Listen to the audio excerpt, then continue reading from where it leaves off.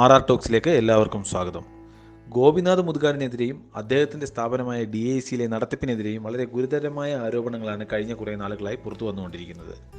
അവിടുത്തെ മുൻ ജീവനക്കാരനായ ശ്രീ CP ഷിഹാബും കുട്ടികളുടെ മാതാപിതാക്കളും രംഗത്ത് വന്ന് വളരെ ഗുരുതരമായ ആരോപണങ്ങളാണ് പറഞ്ഞത്. എന്നാൽ ഈ ആരോപണങ്ങളൊക്കെ വന്നിട്ടും അധികാരികളുടെ ഭാഗത്തു നിന്നും ഇന്നുവരെ യാതൊരു നടപടികളും എടുത്തതായി കാണുന്നില്ല. മുതുകാടാകട്ടെ ഇത്രയേറെ ശക്തമായ ആരോപണങ്ങളുമായി ആൾക്കാർ വന്നിട്ടും അതിനെതിരെ ഒരു വാക്കുപോലും മിണ്ടുന്നില്ല.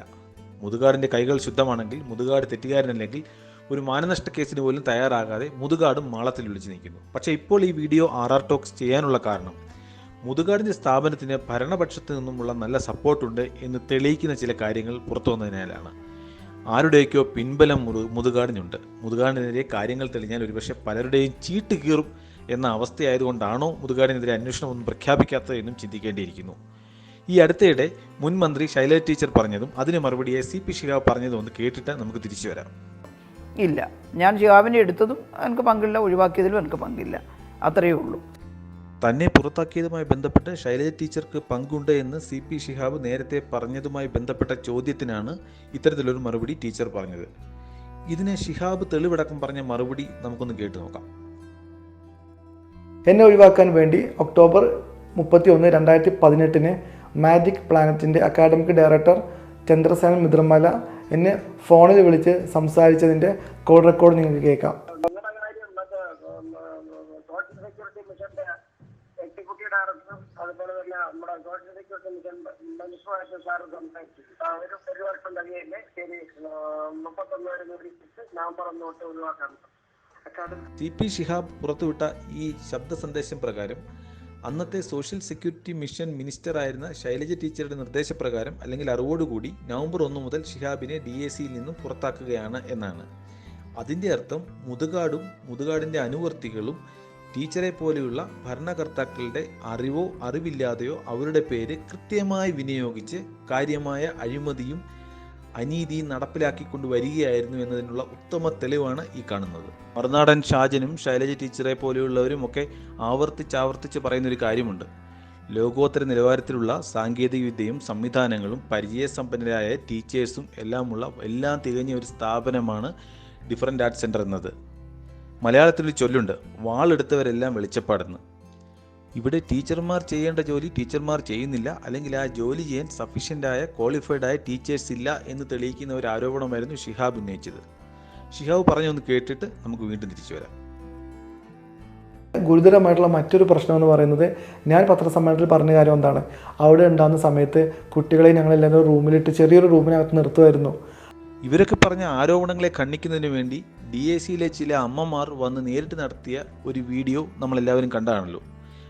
ശരിക്കും പറഞ്ഞാൽ ആ വീഡിയോ ഒരു ബൂമറാങ് പോലെ തിരിച്ചടിച്ചു എന്ന് വേണം പറയാൻ. ഇവരൊക്കെ പറഞ്ഞ ആരോപണങ്ങൾ ശരിയാണ് എന്ന് സമർത്ഥിക്കുന്ന രീതിയിലായിരുന്നു അവരുടെ ന്യായീകരണങ്ങൾ മുഴുവൻ. ഷിഹാബ് പറഞ്ഞ കുട്ടികളെ റൂമിൽ അടച്ചിടുന്നു എന്ന കാര്യത്തിന് ഒരമ്മ പറഞ്ഞ മറുപടി നമുക്കൊന്ന് കേട്ടു നോക്കാം.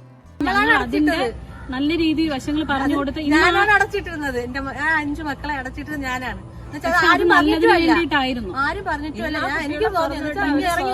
ഈ വീഡിയോയിൽ നമ്മൾ കണ്ടതുപോലെ ആ അമ്മ വളരെ തികഞ്ഞ മാതൃവാത്സല്യത്തോടു കൂടി പറയുന്നു, ഞാനാണ് 5 കുട്ടികളെ അടച്ചിട്ടത് എന്ന്. DIC പോലെ ലോക സാങ്കേതിക നിലവാരമുള്ള ഒരു സ്ഥാപനത്തിൽ കുട്ടികളെ ഇങ്ങനെ അടച്ചിടാൻ ഒരമ്മയ്ക്ക് ആരാണ് അധികാരം നൽകിയത്? എന്ത് ടെക്നിക്കൽ കോമ്പിറ്റൻസിയുടെ അടിസ്ഥാനത്തിലാണ് അവരിങ്ങനെ ഒരു പ്രവൃത്തി ചെയ്തത്? ഇത് വ്യക്തമാക്കുന്നത് DIC എന്ന സ്ഥാപനത്തിൻ്റെ പിടിപ്പുകേടാണ്, അവിടെ നടക്കുന്ന കെടുകാര്യസ്ഥതയാണ്. കോടികൾ സംഭാവനകളായി വാങ്ങിക്കുന്ന DICയിൽ വേണ്ടത്ര സ്റ്റാഫിനെ പോലും നിയമിക്കാൻ മുതുകാട് തയ്യാറാകുന്നില്ല എന്നതിൻ്റെ വ്യക്തമായ തെളിവാണിത്. ഇതിനോടൊപ്പമുള്ള മറ്റൊരു പ്രധാനപ്പെട്ട കാര്യം, ശ്രീ ഷാജഹാൻ തൻ്റെ ചാനലിൽ വ്യക്തമായി പറയുന്നു, മുതുകാടിൻ്റെ സ്ഥാപനവുമായി ബന്ധപ്പെട്ട 2 പോക്സോ കേസുകളുടെ FIR നമ്പർ അടക്കം പറയുന്നു. ആലോചിച്ച് നോക്കൂ, എത്ര ഗൗരവമായ ആരോപണങ്ങളാണ്, എത്ര ഗൗരവമായ കുറ്റാരോപണങ്ങളാണ് ഈ സ്ഥാപനത്തിനും ഈ വ്യക്തിക്കുമെതിരെ ഉള്ളത്. മുതുകാട് കഴക്കൂട്ടത്ത് നടത്തുന്ന മാജിക് പ്ലാനറ്റുമായി ബന്ധപ്പെട്ടുകൊണ്ട് കഴക്കൂട്ടം പോലീസ് സ്റ്റേഷനിൽ 2 കേസുകൾ രജിസ്റ്റർ ചെയ്യപ്പെട്ടിട്ടുണ്ട് എന്നുള്ള ഒരു കാര്യമാണ് എനിക്ക് പറയാനുള്ളത്.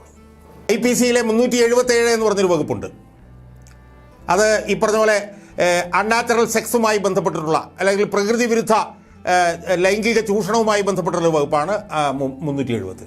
2 അതുപോലെ തന്നെ പോക്സോ വകുപ്പ്, കുട്ടികളെ ലൈംഗികമായി ചൂഷണം ചെയ്യുന്നതുമായി ബന്ധപ്പെട്ടുകൊണ്ട് 3, 5 എന്ന് പറയുന്ന ഈ വകുപ്പുകൾ പ്രകാരം സുഹൃത്തുക്കളെ, ആ കേസുകളുടെ നമ്പർ 1460/23 1460/23 എന്നുള്ളതാണ് ഒരു കേസ്. 1461/23 എന്ന് പറഞ്ഞ 2 കേസ്. ഇത്രയൊക്കെ ശക്തമായ തെളിവുകളും ആരോപണങ്ങളുമായി ആൾക്കാർ മുന്നോട്ട് വന്നിട്ടും എന്തുകൊണ്ടാണ് ഭരണപക്ഷത്തു നിന്നും അല്ലെങ്കിൽ നമ്മുടെ സർക്കാരിൻ്റെ ഭാഗത്തു നിന്നും ഒരു അന്വേഷണമോ അല്ലെങ്കിൽ എന്തെങ്കിലും ഒരു നടപടിയോ ഉണ്ടാകാത്തത്? RR ടോക്സിൻ്റെ നിഗമനത്തിൽ അതിൻ്റെ പ്രധാനപ്പെട്ട കാര്യം, അന്വേഷണം ശരിയായ ദിശയിൽ പോയാൽ പല വലിയ തലകളും ഇതിനകത്ത് ഉരുളേണ്ടി വരും. സർക്കാരിൻ്റെ തന്നെ പാർട്ടിയുടെ തന്നെ തലത്തിലുള്ള പല ആൾക്കാരുടെയും പങ്ക് പുറത്തു വരും എന്ന ഭയമാണോ എന്ന് സംശയിക്കേണ്ടിയിരിക്കുന്നു. ഇവിടെ സംഭവിക്കാൻ സാധ്യതയുള്ള ഒരു കാര്യം, പയ്യെ നമ്മളെല്ലാവരും ഈ വാർത്തകളിൽ നിന്നും പുതിയ പുതിയ വാർത്തകളിലേക്ക് സഞ്ചരിക്കും. ജനം മറന്നു തുടങ്ങുന്ന വേളയിൽ മുതുകാട് വീണ്ടും തിരിച്ചു വരും. ഞാൻ DACയുടെ പടിയിറങ്ങുന്നു, ഞാൻ എൻ്റെ ഉത്തരവാദിത്തങ്ങളെല്ലാം മറ്റുള്ളവരെ ഏൽപ്പിച്ച് ഞാൻ പോവുകയാണ്, ഒരു തെറ്റും ചെയ്യാത്ത എന്നെ നിങ്ങൾ കല്ലെറിഞ്ഞു, ഇനി കുഞ്ഞുങ്ങൾക്ക് ആരുണ്ട് എന്നൊക്കെയുള്ള ഡയലോഗുമായി അദ്ദേഹം പെയ്യെ തനിക്ക് കിട്ടിയ സമ്പാദ്യവും കാര്യങ്ങളും ഒക്കെ ആയിട്ട് പുറത്തോട്ടങ്ങ് പോകും.